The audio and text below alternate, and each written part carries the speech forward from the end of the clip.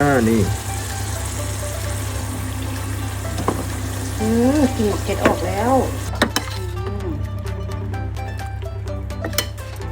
ช่วงนี้ถือเป็นช่วงของเดือนแห่งความหาใหญ่ๆเพลเข้าครัวตั้งใจอยากจะเฮ็ดอาหารแซ่บๆมาใจสามีและเมนูที่จะเฮ็ดในมื้อนี้ก็แม่นหมูทอดพริกกระเทียมและแกงจืดเต้าหู้หมูกรอบบอกว่าหลายใหญ่ห่างได้ไปเบิ่งขั้นตอนการเฮ็ดกันเลยซึ่งเจ๊ใหญ่จะมักสิ้นหมูด้วยขนมผงรสหมูเป็นผงปรุงรสอเนกประสงค์ใส่ได้ทั้งความมักจืดและกระปรุงรสน้ำซุปถ้าใส่มักสิ้นแบบนี้จะช่วยให้สิ้นหนูหอมทั้งหอมกลิ่นกระเทียมพริกไทยเจ๊เพิ่นจะมักทั้งสิ้นหมูที่จะทอดและหมูสับที่ขยำใส่กับเต้าหู้เพื่อจะเอาไปเฮ็ดแกงจืดแอกและใส่ตู้เย็นไว้แล้วมาซับกระเทียมต่อหมักยำๆหรือละเอียดสำเร็จแล้วแต่ความหมักเด้อหลังจากนั้นก็เอามาเจียวใส่น้ำมันที่กำลังหอมเจียวจนกระเทียมเริ่มเป็นสีเหลืองทองและกระตาขึ้นพักไว้หลังจากนั้นนำหมูที่หมักจนได้ทีลงมาทอดในน้ำมันที่เจียวกระเทียมทอดจนสิ้นหมูเริ่มเป็นสีน้ำตาลแล้วให้เอาหมักเพชรที่เตรียมไว้เทลงไปทอดกับสิ้นหมูทอดจนกลิ่นหมักเพชรเริ่มออกแล้วเก่ากระเทียมเจียวที่พักไว้เทลงไปใส่อีกเทื่อนึงขอบอกเลยว่าขั้นตอนนี้กลิ่นหอมยั่วน้ำลายสุดๆไปเลยทอดไปอีกน้อยนึงให้กลิ่นหอมเริ่มออกมาแล้วกระตาขึ้นไว้เลยเด้อบาดนี้เขาก็มาต่อกันกับเมนูแกงจืดเต้าหู้หมูปลาซึ่งเจ๊ไงจะเลือกไส้เป็นขนมซุปก้อนรสหมู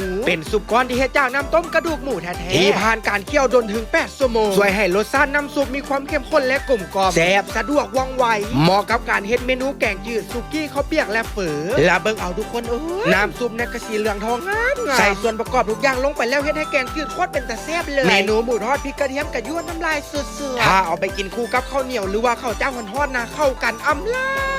ลำพุ่นแหละอาหารที่เจ๊ใหญ่เฮ็ดให้กินในมื้อนี้ถูกใจแอดสุดๆเลยทั้งกินหอมทั้งรสชาติดีแถมยังเป็นเมนูที่หากินยากระใดในยุคปัจจุบันที่สำคัญเพิ่นได้ตัวช่วยที่ดีทั้งขนมซุปก้อนรสหมูและขนมผงรสหมูมีติดกว่าไว้ช่วยให้การเฮ็ดอาหารทั้งง่ายทั้งสะดวกว่องไวและรสชาติอาหารก็แซ่บขึ้นไปอีก